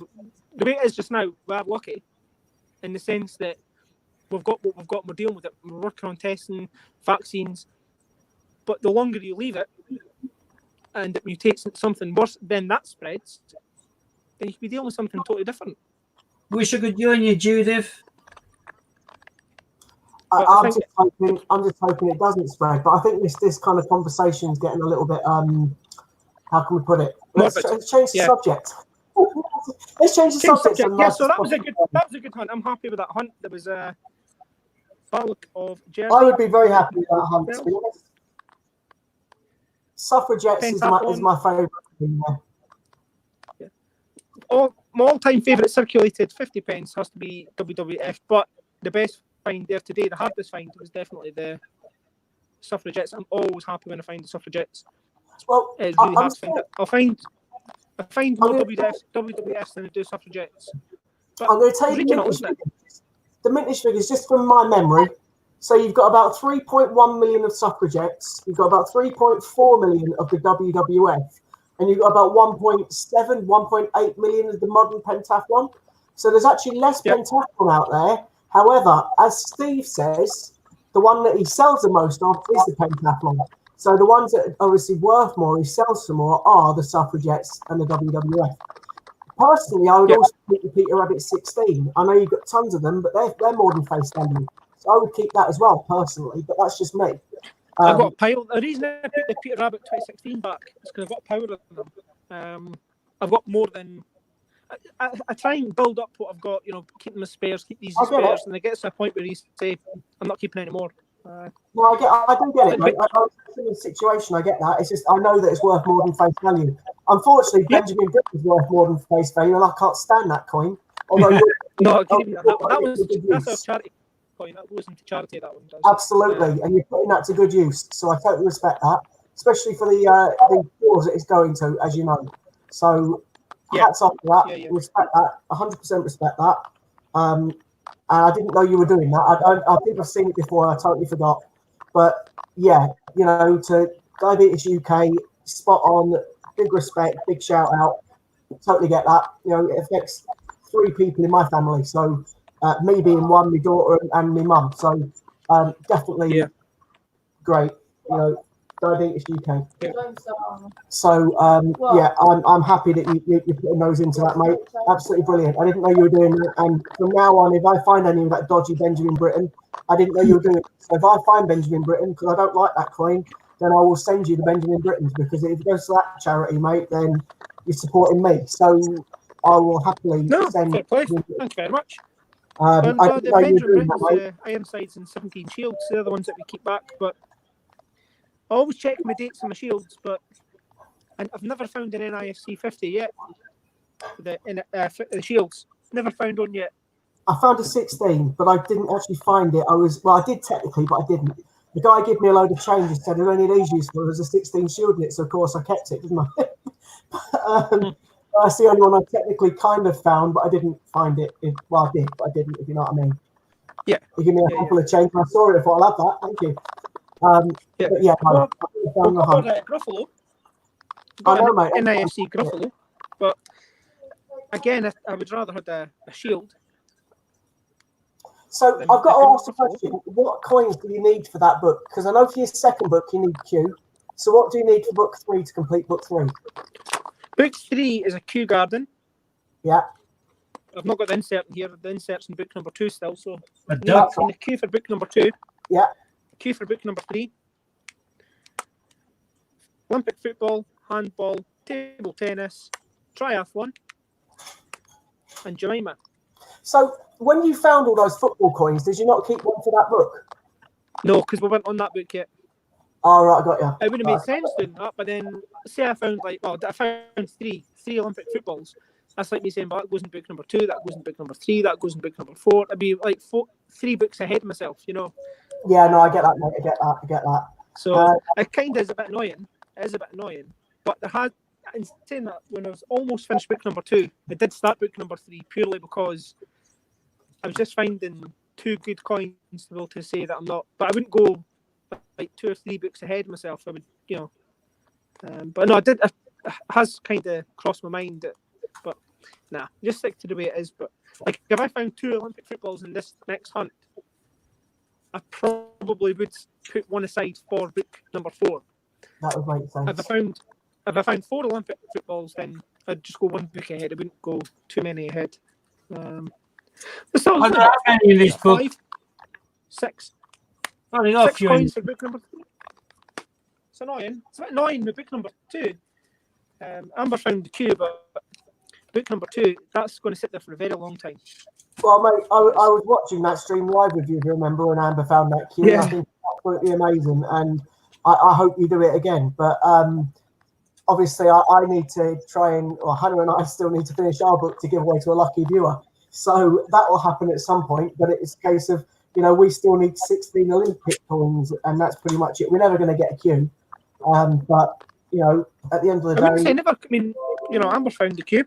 It's possible, but... It is. Coins aren't circulating around the same just now, you see, so obviously it's hard to get them, but they're not circulating around the country the same, so... I still think that in a vault somewhere, there is a bag of 250 quid's worth of Qs. I reckon there's one of those somewhere in the country in the vault. And I reckon it'll come out at some point, and some lucky person is going to get themselves thousands of pounds worth of Qs. I'm hoping that's me, but it's not going to be. That would be nice, wouldn't it? Yeah. Yeah, it would be. I know who would be the first person texting, though. Even if I just got like 20 coins of Q, so say £10 worth, that would more than make me up. You know what I mean? I only need 3 for my mates, and then I'm sorted. Yeah. Unless you trade out, you can buy them, but it's finding them would be. I've not found a Q on camera yet. Amber has. Yeah. Lucky girl. Well, mate, you have technically, because you were there with her, and you know they were your coins. It was just your daughter that had the lucky bag. Yeah. Best of luck to her. I'm glad it was the kids that found it. I really am. A little bit jealous, to be fair. A little bit jealous, but don't be jealous, mate. It's your daughter. You should be proud. Puts a lump in my throat even thinking about it. Thinking about it. You know what I mean? The excitement in my house was just Mate, I remember. I watched it. It was great. And, you know, as I say, I was glad you found the Gruffalo. I think the Gruffalo is a cracking find. And I'd like to see Jane Austen find as well. And also, I'm waiting for the day that Steve finds himself on those Toshi cat coins. Like, that'll be a lovely. Just bought 2 of them. Yeah, well, you're going to find one, mate. I've got a feeling. How much did it cost you, Steve, for them? Well, I'll be telling because I'll be plugging them in due course, but they're pricey items. They cost more than you. I can imagine that. In saying that, I've got these bad boys. You are? Yeah. That was stunking bit of luck, that was. Yeah, sealed bags of D's and sealed bags of OPs and Qs. So I've got a few bags left. I've sold a few, but Are they 2018 or 19? 19. Well, 2019 is rarer than 2018, and 2018 is 10,000 per coin more than Kew Garden. So 9 on as rare as Kew each 2018. 2019 is lower mintage. Well, hopefully, I'm going to try and keep on hold on them as long as I can. But again, we were talking about the coronavirus. Financially, a lot of people are affected. There's people who can't work. There's people, it's impossible. Yeah. It's an impossible time. And It is. if you have got a little stash or something, trades are definitely going to be your way forward. Trading and selling things for what you need. But holidays out the window. Ron's after trying to swap a spare one of his Hercules for a Toshi Cat at some stage. Ron's asking. I think the values of the Hercules will even up quite soon to the Toshi Cat, so he'll probably have somebody quite happy to do a swap in due course. And you've got Toshi Cat. There's not a lot of fakes going out with them just now. Someone said there's quite a bit of fake of the cats, the Toshi cats. Yeah, but you can tell the fake's a million miles away. If you know what you're looking for, yeah. No, I wouldn't even. You can tell they're a million miles away. They are very similar, Scott, to the dual dates that we were given by Ian. Oh, got ya. I.e., we're looking at that sort of quality where it all looks like a chocolate coin. Yeah, you can feel the weight. There's no weight to it. That's just a bit of plastic. The Toshi Cat fakes are very similar to this. When you look at the lettering, it all looks like it's still molten gold sort of thing leaking over itself. It's just, that's not showing nice at all. So keep that still and get into focus. You can tell that's fake. Well, not fake. Sorry, what do they call it? A commemorative coin. That's what they call it, isn't it? Oh, no, it doesn't say copy on it. This is a fake. Simple as. Can't be currency. But you're not supposed to call it a fake. You're supposed to call it a copy. Souvenir coin or copy coin. That's the word. It makes no difference. It's a counterfeit coin. But this is so pathetic that I can only take it as a joke. So I wouldn't say it's trying to pretend to be something other than what it is. Look at the Queen's head on it, Steve. The Queen's head isn't even the Queen's head. Yeah, the Toshi Cat fakes are very similar. See, if it's that easy, not that easy, but if it's that easy to spot, then, I don't know if these are fake or not. But one lucky viewer's going to win these. Rare. That looks real to me. Yeah, that looks, the oversized gold 2 pence. Oh, does that look fine to me? Yeah. Sorry. Yeah, so Toshi Cat's a bit like that then, the fake ones. Yeah. You're like, that isn't fake. Miles away. That's a fake. Yeah, it's ridiculous. Obviously, if I'm going to shell out dosh for a coin, I make sure I know what's what. So I research the coins and I research the fakes, so I can see what the fakes looking like. So I've never been in a position to get a Toshi Cat to be able to say, oh, I know the difference, like the Qs. I've obviously researched, everyone's researched the Q to see the difference in the Q, but I've never had to with the Toshi Cat. Yeah, but I've just. If I was going to spend that kind of money, I'd be the same, Steve. I'd know everything about the coin. I've just made a £2 guide for the United Kingdom and Channel Islands and territories. I'm just going to finalise it. I'm waiting for a few of the mints to get back to me on the government because I'm asking for some mintage figures, which I don't think I'm going to get for Gibraltar and Jersey and things. But then I'm going to get it to a printer. I'm going to print my own £2 guide. So on that basis, I have done my research in regards to Toshi Cat. Yeah. Good. No, again, if you're going to spend that kind of money on a coin, then you make sure you're getting the real McCoy. You wouldn't. God, yeah. Definitely 100% on that one. Feedback until you've done a double check as well and a weight check. Again, I use a proper scale for everything as well. So. Yeah. Do you know, I'm gutted. That's what I'm going to be doing tonight. I'm going to be getting this bad boy cleaned up. Yeah, use one of those cloths that Steve's got, man. They work. Use one of the cloths that Steve's got. They work. The cloths, yeah. I've got one with. And if it's dirty or stained, get yourself a bit of toothpaste and a toothbrush. So every mild abrasive doesn't damage the coin. They'll clean up a lot of dirt. Steve? Yeah. Do you remember who... have you seen that baby toothbrush? What was it? Sorry, Scott? Have you seen that comment from Sue? Oh, my God. That's gutting. He's a footballer from my era when I was a kid, Kenny Dalglish. He's a legend. Liverpool. Fantastic striker. I remember when he took over from the one who went overseas. And they were all saying, do you think that you're worth the money they're paying for you? He went, I'm not paying it. I remember that very first interview. He said, I wouldn't pay it. He won in the double his first year in charge of them. Oh, no, I'm talking about when he was a player. No, I know you were, but I was saying when he was first year in charge as the manager, he won the double. So when he was young and relatively unknown, and someone said, "Do you really think that you're worth the money they're paying you?" He went, "Well, I'm not paying it." It was fantastic.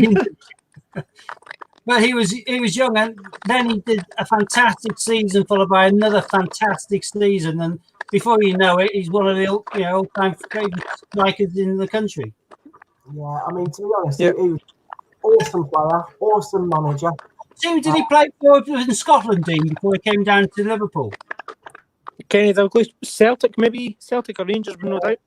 I know when Liverpool bought him to replace their most expensive player who they sold overseas, which was one of the first overseas sales I think we did in our country. Really, we hadn't done it like we do now, which is an everyday thing. When he brought him down, they were paying him some really big bucks, and people were thinking, "Well, who is he? Is he worth it?" And within 1 or 2 games on the field, everyone was thinking he's worth every penny. He comes from Celtic. Yeah, he was an absolute natural, wasn't he? Celtic. He could take the ball, do some magic tricks with it, and get in the back of the net. He was fantastic. His ratio for goals, isn't as good as people like Jimmy Greaves, etc., etc. Oh, I know that. Who would believe that Wayne Rooney's the all-time highest scoring England goal scorer? You think, surely not. You think Gary Lineker. You think lots of other people before you think Wayne Rooney. But no. Kenny Dalglish got the goals when he needed them. That was the important thing. It's a bit like Super Sub. Who's the one for Man U? Foreign. Long name. Ole Gunnar Solskjaer. You mean their current manager? Yeah. I called him Super Sub because he hardly ever started. But when they were a goal down or they needed to get a winner and they had 10 or 15 minutes left, Ferguson would put him on the field and within 2 minutes he scored the goal. Yeah, did he not suffer from what injuries? He was the Super Sub of all time, if you ask me. Yeah. I don't know. I'd say Clive Allen was one of them and all, to be honest. But fair enough. Every time they brought him on, he would score within 5 minutes. Just what the hell? On one occasion, he came in for the last 17 minutes and scored twice. Hey, we better not talk about one player I reckon could have been absolutely fantastic is Gaza. He could have been something spectacular. I've met Gaza. Do you realise how small he is?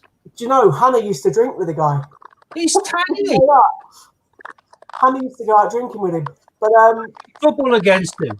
So is it Hannah's fault then? He wrecked himself, Gaza, I'm afraid to say. He was absolutely amazing. Is it Hannah's fault that he was in the pub? No. No. He did that stupid tackle against Lazio. No, he went to Lazio, didn't he? He did that stupid tackle for Tottenham in the cup final. It just did his knee. And after his knee was done, that was him. It's a pity. He gave a nation sweet up by crying, didn't he? So let's be fair. He showed his emotions. He was open and honest. He was an England player through and through. He was amazing. People fell in love with him, but he is tiny. He's really diminutive in life now.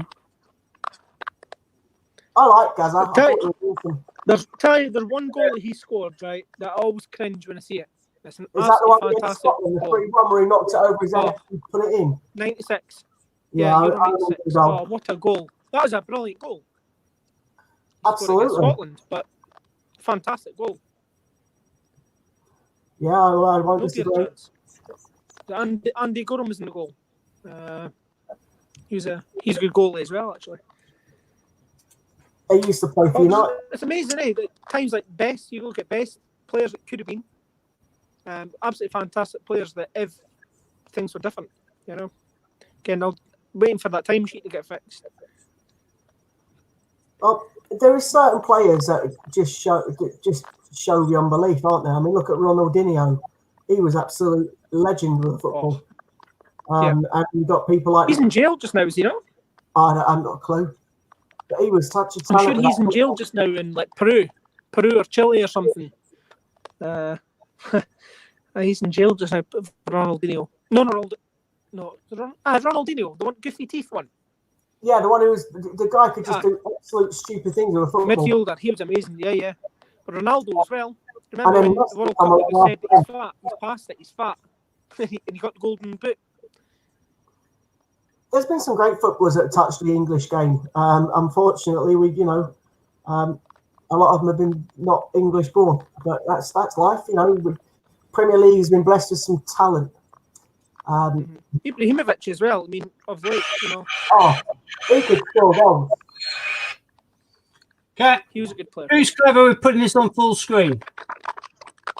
Oh, hold on. Give me a sec, then. What are we looking at? What was that? This is AC Milan. You're talking about an overhead kick. I'll turn it down, mate. So you go again, everyone. Hang on. You see several angles in a second.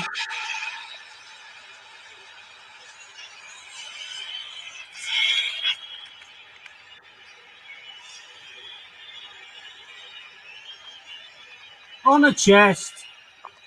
Whoosh. Goalie had no hope in hell. Nope. That's probably the best set piece I've ever seen. Yep.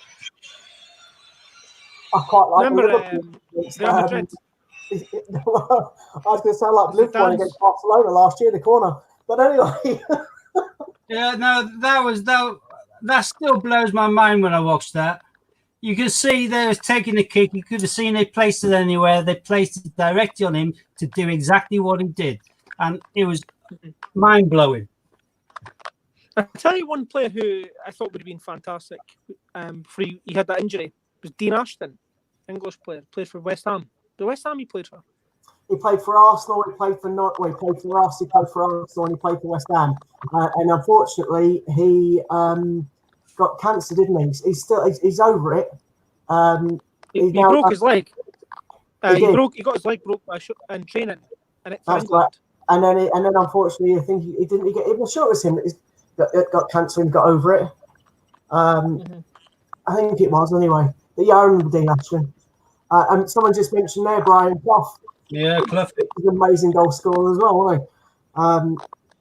I remember when the manager of Notts Forest and his son was one of his players. Because his son followed him into the game as well, didn't he? He did. Nigel, at one stage, he was the manager of Notts Forest, and Cloughy was his son was on his squad. Out of merit, not out of nepotism. Yeah, he won the Champions Cup at the time. He won it twice, didn't he? The European Cup when he was a manager, yeah, twice in a row, 2 years running. I'd agree with Trevor Sinclair's bicycle kick, but that was spur of the moment sort of instinct as opposed to a set piece.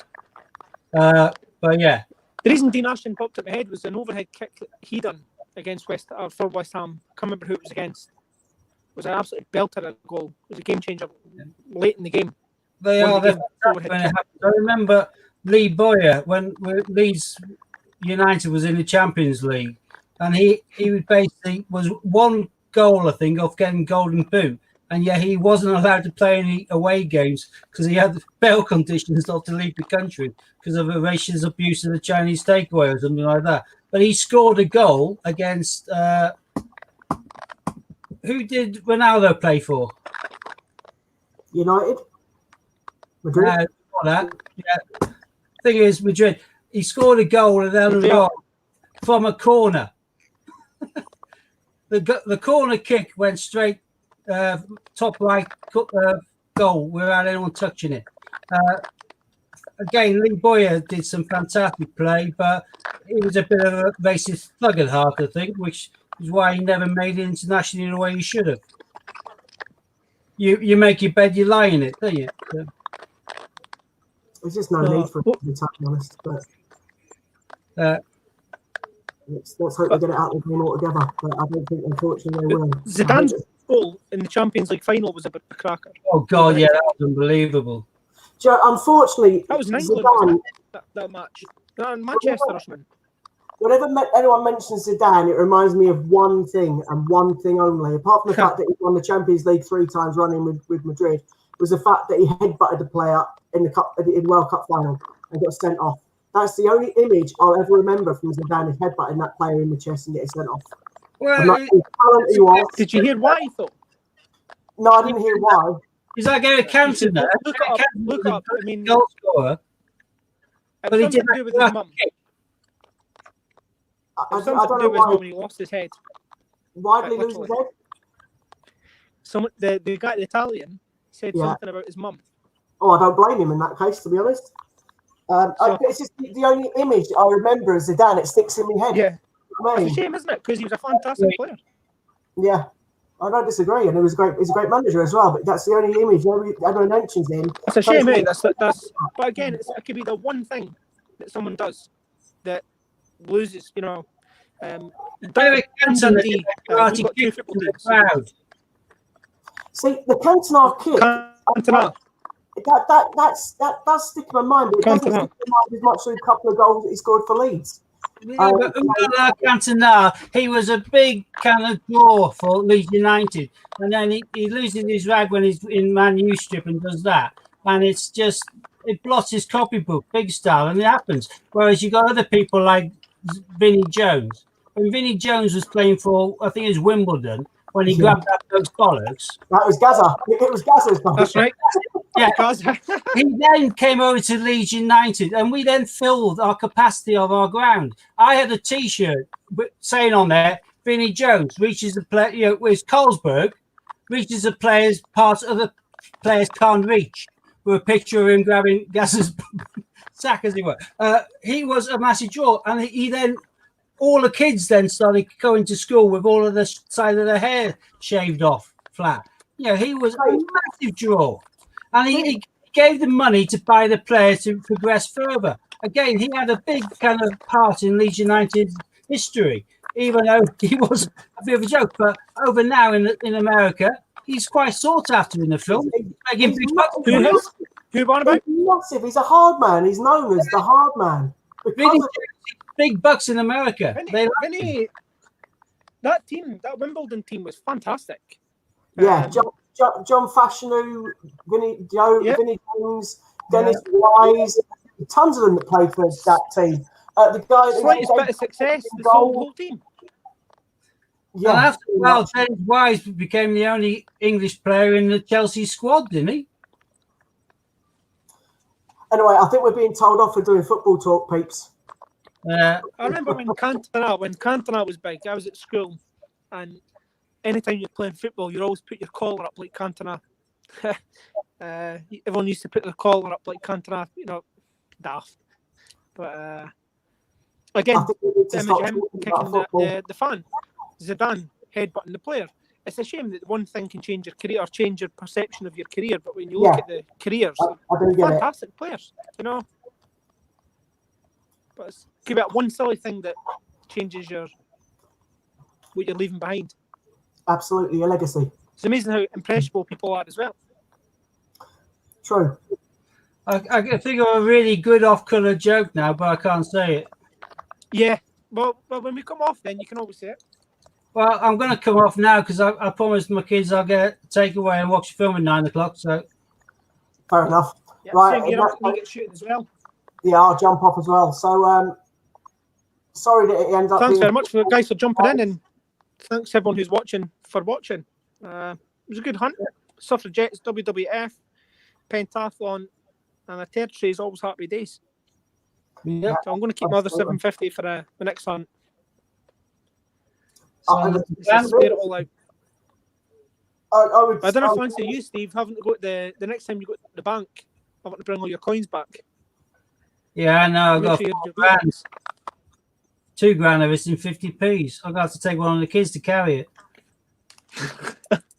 I think I'm going Sneaking to yourself one of those I'm going to think old I'm buddy going trolleys. You know the wee tapping trolleys, shoppers. I think Pennywise we shopper trolleys. sounds good now. So I think tonight. What are you having? I think. Pet. No, he's going to watch What it. takeaways though? What are you going to have? Oh, probably Chinese. I made a curry last night, so I'm doing lasagna tomorrow. So I've only seen the first one of the new remake. I've not seen the second part. Is it any good? Anybody seen it? I'm gonna watch it tonight. But have you seen it, Scott? No, I haven't seen the new one, mate. I saw the old one years ago. The old one was a TV series that they made into a movie. But I've never seen the new one. Oh, I remember being petrified when I was younger watching it.